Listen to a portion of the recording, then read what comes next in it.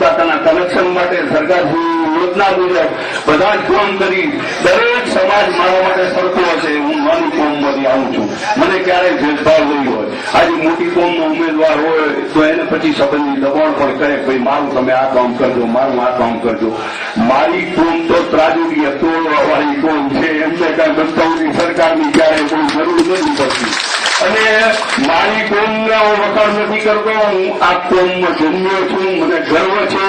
અને હું ભગવાનને પ્રાર્થના કરું છું કે મને ક્યારેય જન્મ મળે તો ઠક્કર કોમમાં મળશે, કારણ કે રઘુવંશી રામ મારા કુળના હતા. અને જો રામના કુળમાં મારો જન્મ થયો હોય તો હું આપ સર્વેને ખાતરી આપું છું કે રઘુવંશીઓ બોલવાના ઉતાવળા હોય, ક્યારેક ઉતાવળું બોલી જાય, પણ મનમાં ભેદભાવ ના હોય. અને એ હૃદયના એટલા બધા કુણા હોય કે કોઈનું દુઃખ જોઈ અને ખરેખર એમનું આંખમાં આંસુ આવી જાય. એટલે હું મારા સમાજના વખાણ કરું, તમને બધાને એમ લાગે કે આપણે એની પરિણામો, પણ ખરેખર હું આ નજીકથી જોયેલું મારું કરું છું. એટલે હું તમને બધાને વિનંતી કરું છું કે નાની કોમમાંથી આવું છું એટલે આ તમારે બધી કોઈ ચિંતા નહીં, કોઈ 50,000 ઝુમકાવાળામાં કામ કરશે ને આપણે નહીં કરે. મારા માટે તમામ કોમ અને તમામ સમાજ સરખો હશે.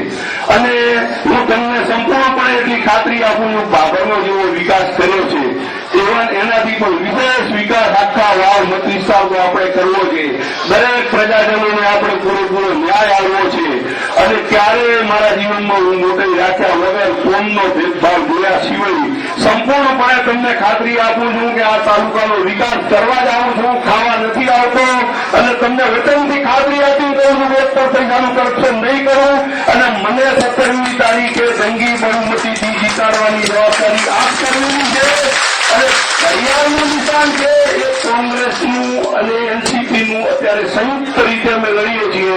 એટલે કોંગ્રેસના આશીર્વાદથી હું આ ચૂંટણી લડું છું. ઘડિયાળનું નિશાન છે એ કોંગ્રેસના સંયુક્ત ટેકાથી છે. અને એ અંગે ક્યારેય સંસદ કરવાની જરૂર નથી કે સંજોગ નથી. એ ઘડિયાળ છે, એ સંજોગ છે. અને કોંગ્રેસના મોટા નેતાઓ પણ મારો પ્રચાર કરવા આવશે. એવા બધા સંજોગોની અંદર દરેક કોમના મને આશીર્વાદ મળશે તો શક્ય છે કે વાવ તાલુકાની સેવા કરવાનો મને પ્રજા મોકો આપશે તો એ મોકામાં હું ક્યારેય કચાશ નહીં રાખું, એટલું તમને વચન આપું છું. બીજું મારે તમને એ પણ કહેવું છે કે દિવસો થોડા છે.